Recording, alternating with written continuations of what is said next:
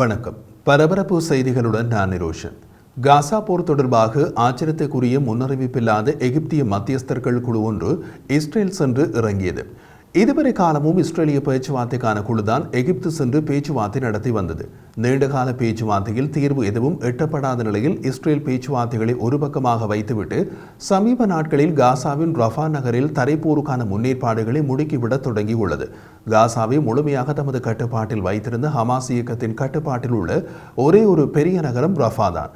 ஹமாஸின் காசா தலைவர் Yahya Sinwar Rafah பகுதியில் உள்ள ஹமாஸ் சுரங்கப்பாதை வலையமைப்பில் மறைந்திருப்பதாக பரவலாக நம்பப்படுகிறது.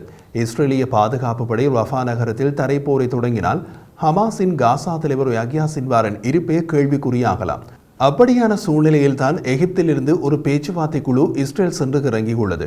இஸ்ரேலின் பணிய கைதிகள் தொடர்பாக பேச்சுவார்த்தை நடத்தும் இஸ்ரேலிய குழுவுக்கும் எகிப்திய மத்தியஸ்தர்கள் குழுவுக்கும் இடையே நடந்த பேச்சுவார்த்தைகள் குறித்து பாதுகாப்புத்துறை வட்டாரங்களின் கூற்றின்படி இஸ்ரேல் ஒரு விஷயத்தை எகிப்தியர்களுக்கு தெளிவுபடுத்தியுள்ளது.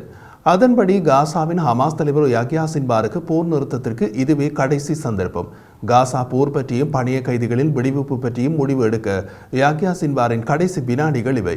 ஒரு ஒப்பந்தத்திற்கான கடைசி வினாடிகளும் இவைதான். ஒப்பந்தம் இல்லையெனில் இஸ்ரேலிய பாதுகாப்பு படை IDF அதன் தரைப்போரை ரஃபாவில் தொடங்கும். சின்வார் பேச்சுவார்த்தையை இழுத்தடித்துக் கொண்டிருக்க அதுவரை காத்திருக்க இஸ்ரேல் தயாராக இல்லை என்று எகிப்திய தூதுக்குழுவுக்கு மிக தெளிவாக இஸ்ரேலிய தரப்பால் கூறப்பட்டுள்ளது என்று பாதுகாப்புத்துறை வட்டாரங்களில் கூறுகிறார்கள். அடுத்த சில தினங்களுக்குள் ஒரு ஒப்பந்தம் அல்லது ரஃபா நகரம் என்று கூறப்பட்டுள்ளது. பேச்சுவார்த்தைகளை புதுப்பிக்கும் கடைசி முயற்சியாக எகிப்திய ஜனாதிபதி நேற்று வெள்ளிக்கிழமை தனது உளவுத்துறை தலைவரின் தலைமையில் பேச்சுவார்த்தை குழுவை இஸ்ரேலுக்கு அனுப்பினார். எகிப்திய உளவுத்துறையின் தலைவர் அப்பாஸ் கமல், இஸ்ரேலிய உளவுத்துறை மொசாட்டின் தலைவர் டேவிட் பார்னியா மற்றும் பிற உயர்மட்ட இஸ்ரேலிய அதிகாரிகளை சந்தித்து பேச்சுவார்த்தைகளை நடத்தினர். அப்போதுதான் இஸ்ரேலின் அந்த முடிவு எடுத்து கூறப்பட்டது. 1 மில்லியனுக்கும் அதிகமான பாலஸ்தீனிய பொதுமக்கள் தஞ்சமடைந்துள்ள நகரமான ரஃபா எகிப்துடனான காசா பகுதியின் எல்லையில் உள்ளது. அந்த நகரத்தில் இஸ்ரேலிய அதிகாரிகள் தேதி குறிப்பிடாமல் விரைவில் தாக்குதலை முன்னெடுத்துச் செல்லப் போவதாக சமீப நாட்களில் கூறியுள்ளனர். பேச்சுவார்த்தைகளை நன்கு அறிந்த எகிப்திய அதிகாரிகளின் கூற்றின்படி பணிய கைதிகள் ஒப்பந்தம் தொடர்பான பேச்சுக்கள் வெற்றியடைவதற்கான வாய்ப்புகள் குறைவு என்பது எகிப்தியர்களுக்கு நன்றாகவே தெரியும். அப்படியிருந்தும் எகிப்திய பிரதிநிதிகள் நேற்று வெள்ளிக்கிழமை இஸ்ரேலுக்கு அனுப்பப்பட்ட காரணம் கொஞ்சம் கால அவகாசத்தை பெறுவதுதான். கால அவகாசத்தை பயன்படுத்தி அமெரிக்க மற்றும் பிராந்திய வல்லரசுகளுக்கு ரஃபா தாக்கும் திட்டத்தினை இடைநிறுத்துவதற்கு இஸ்ரேலுக்கு அழுத்தம் கொடுக்க வேண்டும் என்று எகிப்திய அரசு நினைக்கிறது என அதிகாரிகள் தெரிவித்தனர். எகிப்திய அதிகாரிகளின் கூற்றுப்படி காசாவில் 6 வாரங்களுக்கும் குறைவான போர் நிறுத்தத்திற்கு ஈடாக காசாவிலிருந்து 33 பணிய கைதிகளை விடுவிக்கும் ஒப்பந்தத்தை பரிசீலிக்க தயாராக இருப்பதாக இஸ்ரேலிய அதிகாரிகள் பேச்சுவார்த்தையாளர்களிடம் தெரிவித்தனர். முன்னதாக முன்மொழியப்பட்டது 40 பணிய கைதிகளின் விடுவிப்பு. 40ற்கும் குறைவான பணிய கைதிகளை விடுவித்தால் போர் நிறுத்த ஒப்பந்தத்திற்கு இஸ்ரேல் தயாராக இருக்கிறது. ஆனால் 20 பணிய கைதிகளை மட்டுமே விடுவிக்க முடியும் என்கிறது ஹமாஸ். காரணம், அவர்களிடம் இஸ்ரேலிலிருந்து பிடித்துச் செல்லப்பட்ட பெண்கள், குழந்தைகள், முதியவர்கள் மற்றும் காயமடைந்த பணிய கைதிகளில் 40 பேர் உயிருடன் இல்லை என்கிறார்கள். இஸ்ரேலிய அதிகாரிகள் எகிப்திய தூதுக்குழுவிடம் பெண்கள், குழந்தைகள், முதியவர்கள் மற்றும் காயமடைந்த பணிய கைதிகளில் 33 பேர் உயிருடன் இருப்பதாக இஸ்ரேல் நம்புவதாகவும் கூறியதாக அதிகாரிகள் தெரிவித்தனர். இஸ்ரேல் போரை முற்றிலுமாக நிறுத்த வேண்டும் என்ற ஹமாஸின் இடைவிடாத கோரிக்கை பற்றி இஸ்ரேலிய தூதுக்குழு அது நடக்க முடியாத காரியம் என்று நிராகரித்து விட்டது. அவர்களது கூற்றின்படி அக்டோபர் 7ஆம் தேதி இஸ்ரேலுக்குள் புகுந்து 1200 பேரை கொன்றுவிட்டு 200க்கும் மேற்பட்டவர்களை கடத்திச் சென்றால் போர் தொடங்கும் என்பது ஹமாஸுக்கு தெரியாதா?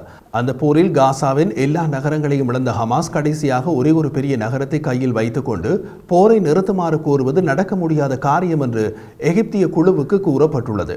எகிப்திய பேச்சுவார்த்தையாளர்களை நன்கு அறிந்த வேறு அதிகாரிகளின் கூற்றுப்படி எந்த ஒரு ஒப்பந்தமும் போரில் தற்காலிக இடைநிறுத்தத்திற்கு பதிலாக நிரந்தரமான போர் நிறுத்தத்திற்கான ஹமாஸின் கோரிக்கை இப்போது முக்கிய முட்டுக்கட்டையாக உள்ளது. எகிப்திய குழுவின் கூற்றுப்படி 1 ஆண்டுகால போர் நிறுத்தத்தை ஹமாஸ் பரிசீலிக்க தயாராக உள்ளது. 1 ஆண்டுகால அவகாசத்தில் ஓரளவுக்கு மீண்டும் பலம் பெற்றுவிடலாம் என்று அவர்கள் நினைக்கிறார்கள். ஆனால் இஸ்ரேல் அதிகபட்சம் 6 வாரங்களுக்கு தாக்க மாட்டோம், அதன் பின் மீண்டும் போர் என்கிறது. 6 வாரங்களுக்குள் ஹமாஸ் தமது படைகளை மீண்டும் கட்டியெழுப்ப முடியாது என்று அவர்கள் நினைக்கிறார்கள். இதுதான் காசா போர் முனையில் யாருக்கு எவ்வளவு இராணுவ பலம் உள்ளது என்பதை காட்டுகிறது. ஹமாஸ் நேற்று வெள்ளிக்கிழமை வெளியிட்ட அறிக்கையில், எமது கோரிக்கை நிலையான போர் நிறுத்தம். இஸ்ரேலிய படைகளை முழுவதுமாக திரும்பப் பெறுதல், காசா முழுவதும் உள்ள இடம்பெயர்ந்தவர்கள் நிபந்தனையின்றி அவர்களது வீடுகளுக்கு திரும்புதல் ஆகியவற்றை உள்ளடக்கிய எந்த ஒரு திட்டத்தையும் பரிசீலிக்க தயாராக இருப்பதாக கூறியது. அதே ஹமாஸ் ஒரு இராணுவ மற்றும் ஆளும் சக்தியாக இல்லாத அளிக்கப்படும் வரை போரை முடிவுக்கு கொண்டு வர முடியாது என்று இஸ்ரேலிய பிரதமர் பெஞ்சமின் நேத்தன்யாகு பலமுறை நிராகரித்துள்ளார். இஸ்ரேலிய பாதுகாப்பு படை ஐடிஎஃப் ரஃபா தரைப்போருக்கான அனைத்து முன்னேற்பாடுகளையும் முடித்துவிட்டதாகவும், ஆனால் அமெரிக்க நிர்வாகத்தோடு அத்தகைய தாக்குதலை ஒருங்கிணைப்பதில் காலதாமதம் ஏற்படுவதாகவும் கூறுகிறது. ரஃபாவில் சாத்தியமான இஸ்ரேலிய ராணுவ தாக்குதலை பற்றி எகிப்து ஆழ்ந்த கவலை கொண்டுள்ளது. அப்படி ஒரு தாக்குதல் நடந்தால் ரஃபாவில் உள்ள பாலஸ்தீனியர்களில் லட்சக்கணக்கானோர் எல்லையினை தாண்டி எகிப்துக்குள் தப்பி செல்ல முயற்சிக்கலாம் என்று அஞ்சுகிறது. எகிப்திய அரசாங்கம் தமது சொந்த பாதுகாப்பு காரணங்களுக்காக பாலஸ்தீனியர்கள் பெருமளவில் தமது நாட்டுக்குள் வருவதை எதிர்க்கிறது. அத்துடன் எகிப்திற்குள் காசா பாலஸ்தீனியர்கள் இடம்பெயர்வது அவர்களை நிரந்தரமாக எகிப்தில் தங்க வைத்துவிடும் என்றும் வாதிடுகிறது. ரஃபாவில் இஸ்ரேல் தரைப்போர் தொடங்கினால் இஸ்ரேலுக்கும் ஈரான் மற்றும் அதன் ஆதரவு இயக்க வலையமைப்புகளுக்கும் இடையே பதட்டங்கள் அதிகரித்துவிடும். அதனால் மத்திய கிழக்கு பிராந்தியத்தில் மற்றொரு சுற்று அச்சுறுத்தல் விரிவாக்கத்தை ரஃபா நடவடிக்கை தூண்டக்கூடும் என்று அமெரிக்க மற்றும் மத்திய கிழக்கு நாடுகளுக்கு எச்சரித்துள்ளதாக எகிப்திய அதிகாரிகள் கூறுகின்றனர்.